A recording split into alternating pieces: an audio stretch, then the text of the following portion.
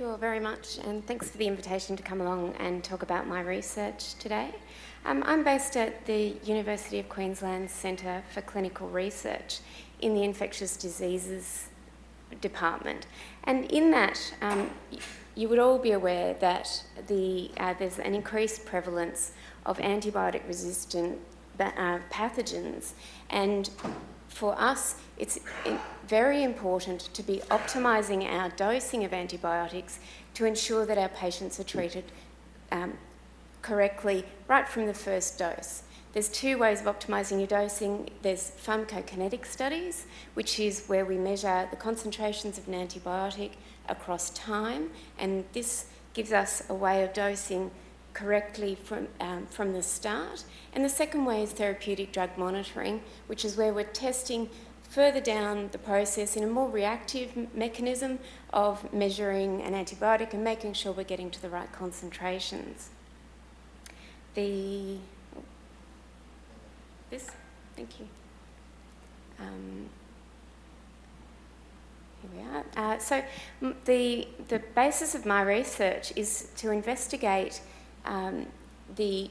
changing the way we sample our patients to reduce the amount of blood that we're taking to measure our drug concentrations, and we're reducing these down to a drop of blood, which is the definition of a microsample. My research is based in a clinical academic environment, and this is where we're striving to improve clinical care. The people I'm speaking to are the clinicians, and I get two messages from them. One is that they're interested in knowing the correct dose, getting that right for their patients, but also changing the way we're sampling so that we can start to sample smaller volumes from our patient. There's particularly challenging groups of patients for drug dosing. These include patients who have an altered pathophysiology. These are critically ill patients or burns patients. And what we see is medical interventions that are necessary to save their lives do alter the way they metabolise and eliminate antibiotics from their body. The other area is drugs where there is a narrow therapeutic range. This is immunosuppressants and other drugs like that. Drugs that cause adverse events, and for antibiotics, this can be nephrotoxicity, ototoxicity. And then other patients in which we have a limited understanding of normal pathophysiology. And these patients is the particular area of interest for me, are critically ill neonates, infants and children.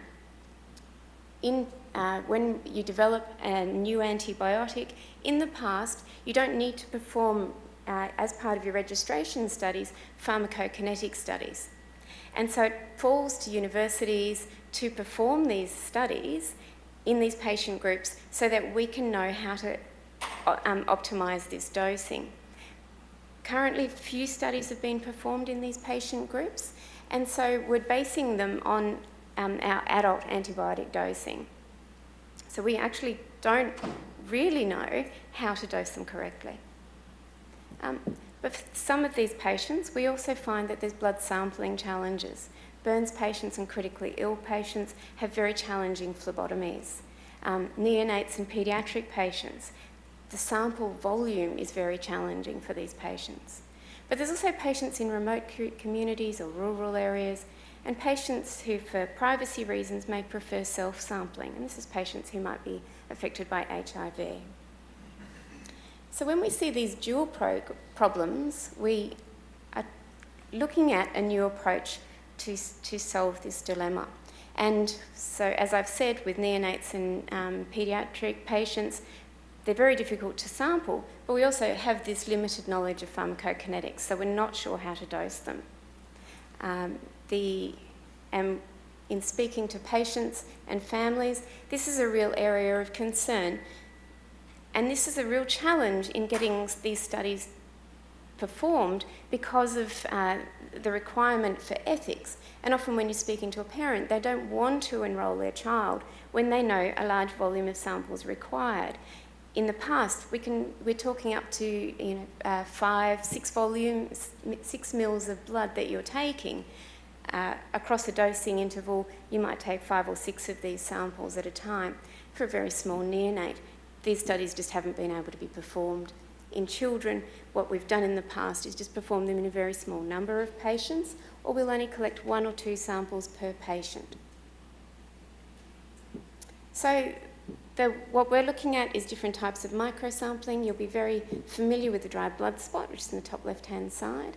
So we've looked at this for quantitative analysis of an antibiotic. This is challenging in our patients because critically ill patients have very low hematocrit. We commonly see 0.2. In neonates, we'll see 0.6. And because I'm working at these very end boundaries for a technique like this, where we know that hematocrit has an effect, we've found dry blood spots to be quite challenging. And so we've looked for other types of microsampling. The one below the dry blood spots is a volumetric absorptive microsampler. I've got a short video to show you on this one, but that's where we collect 10 microlitres of sample onto the tip of the device. The item in the middle is a capillary microsample. This is commonly used in the paediatric intensive care ward for point-of-care testing. So they have a point-of-care testing device for blood count right there on the ward. But what we hadn't thought about until now is actually using this same device to collect small volumes of plasma.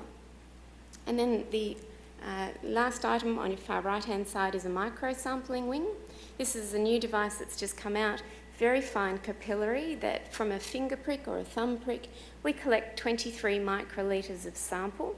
This is then centrifuged, snapped into separate pieces, and we then can do a duplicate analysis of 2.8 microlitres of sample. So the advantages of microsampling is, as I've mentioned, reducing these blood volumes. But for some of these types of microsamples, we can also simplify the way we obtain them. So where we're collecting them from a finger prick or a thumb prick rather than a needle stick or a cannula. There's also simplification of sample processing. If you're collecting whole blood and it's being dried, you don't need a centrifuge, which means we can use it in rural and remote communities. There are some devices where you apply a drop of blood, peel off the top layer, and you end up with a dried plasma spot, so you're removing the hematocrit effect. But again, you don't require the centrifuge to achieve that. And then, of course, if you're drying a sample, you can look at a reduced cost of shipping and storage. It doesn't need to be on dry ice, doesn't need to be frozen. When implementing microsampling techniques, there's sort of 3 areas to consider, and I'll run through these through my talk. The first is the study design. The second one is a validation which meets regulatory authority requirements, and then a clinical bridging study.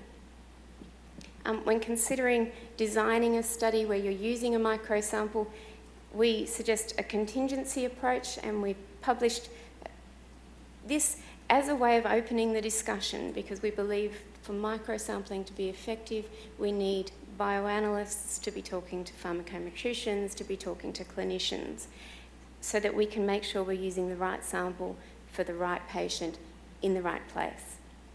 So we need to consider the chemical properties of the drug that we're looking at, its binding, its distribution into whole blood, its stability if it's being dried. We need to look at the suitability of the sample, so whether or not we need unbound concentrations or whether or not a total concentration is sufficient. And we also need to look at patient group variability, whether or not this is going to impact on our results, and whether or not a peripheral sample is going to be the same as what we're used to when we're collecting a venous sample. But also for an infection, if the site of infection might be on a foot, then perhaps knowing what the concentration is at that peripheral place will be useful. And then, of course, a geographical location. If I'm looking at it, I've got a study running in Vietnam, and we'll be transporting our samples across to Australia. This is being done in rural areas, and this is a great opportunity for us to be bringing these samples into Australia. As we started our looking into microsampling, we started to examine opportunities for validating our methods, reducing the volume, but still using liquid plasma, which is our gold standard. So a lot of what I am presenting here today is about vancomycin, the antibiotic, and what we've got here is a method where we measure vancomycin in 10 microlitres of plasma. And I'm sure there's a few of you in the room who a few decades ago would remember that our analysis would be using a ml of plasma. And so this is the change that we've seen with the sensitivity of mass spectrometry that's allowing us now to reduce this volume. I'm working in the area of antibiotics, and these are usually large doses. And so this is, you may not be able to do this if you're getting a single dose or a low dose of a drug. But for us, instead of looking, for our patients, this is a nice opportunity for us to be reducing these volumes. When you're looking at a microsample, there's different areas of validation that need to be considered, and this is being discussed heavily in the scientific literature, as well as we're starting to get some feedback from the US FDA on what they're looking for with introducing microsampling. So I just have up there the additional requirements are looking at storage and transport temperature. We do extreme temperature stability where we might store it at 50 degrees, a dried sample. Just thinking about it being transported into Brisbane, if it's being left on the tarmac, what's that sample going to look like? Spot homogeneity, this is with your dry blood spot. Hematocrit effects. Spot volume, if if you're sub-punching a dry blood spot, what that changed volume will, how that might affect your result, and carryover in between the devices. After that, we started to think about, so once we were we had a validated method in the laboratory, we started to look at how we would collect these samples. So we started to look at the capillary microsample. We also looked at using this capillary sample. It's a small plastic tube with lithium heparin in it. So we were able to centrifuge it and then just snip it and remove the plasma portion, which we then looked at using as a dried plasma spot, which could then be dried. And you can see there on your right, this is a novolytic device, which is the one I was describing, where you place the drop of blood onto a spot, remove the membrane, and you end up with a dry plasma spot underneath. During this investigation, we started... Oh, sorry, I'll get onto that. This is the other device, the volumetric absorptive microsampler. I don't know how to start a video. Mike, are you able to... No? Are you able to start a video for me, please? There it is.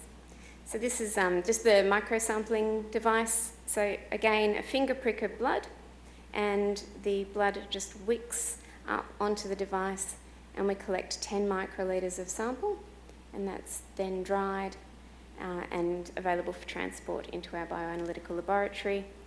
We've published fosfomycin, another antibiotic, in whole blood on VAMS, and it met our validation criteria. We were only able to get stability at room temperature for 10 days, though.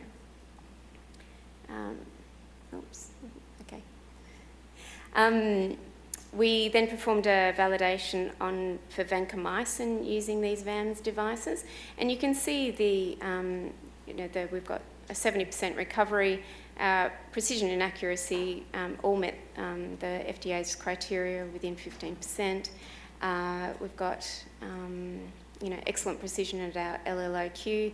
Our stability testing, 5 days at 50 degrees, very little deviation seen there. 106 days at room temperature, which is a great number to be able to work with for in a research environment where I can have a sample being taken overseas, dried and sent to me here in Brisbane. We also tested the ratio of the red blood cells in plasma, and vancomycin sits in the plasma. But what we encountered during this process was when we were investigating dried plasma spots, we found that, and we saw the same in dry blood spots, we found that between days we weren't getting reliable data.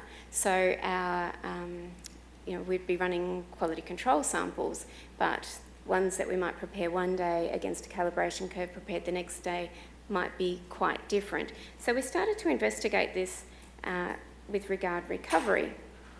And I thought I'd share with you some results that we found where, just in figure 1 that you can see, this was the recovery study using dry plasma spots is the blue line at the bottom, and then using the VAMS device running along the top. So we did this at 2 concentrations, and what you can see is the recovery from the VAMS device is very consistent. Usually what you'll see in the literature with dry plasma spots and dry blood spots is that you dry them for 2 hours and then you can store them. But what we're seeing here is there is a change in recovery across time, and this can affect your interpretation of results downstream. And you can see this normalised for peak area in figure 2. And what we found was that when we applied and this is what figure 2 is describing, is when we applied plasma to a dried plasma spot and dried it across time and then spiked vancomycin into it, a classic matrix effect study, is that there was this change, and the change wasn't related to the analyte. It was related to what was occurring between the substrate and the plasma. So the third part of implementing a microsample into a clinical study is a clinical bridging study, and this is something the FDA introduced a few years ago. And this is where you're comparing the microsampling technique to a traditional gold standard of plasma sampling. What this allows is a comparison between arteriovenous sampling and peripheral sampling. And we chose to do this in an adult study prior to using it in paediatrics.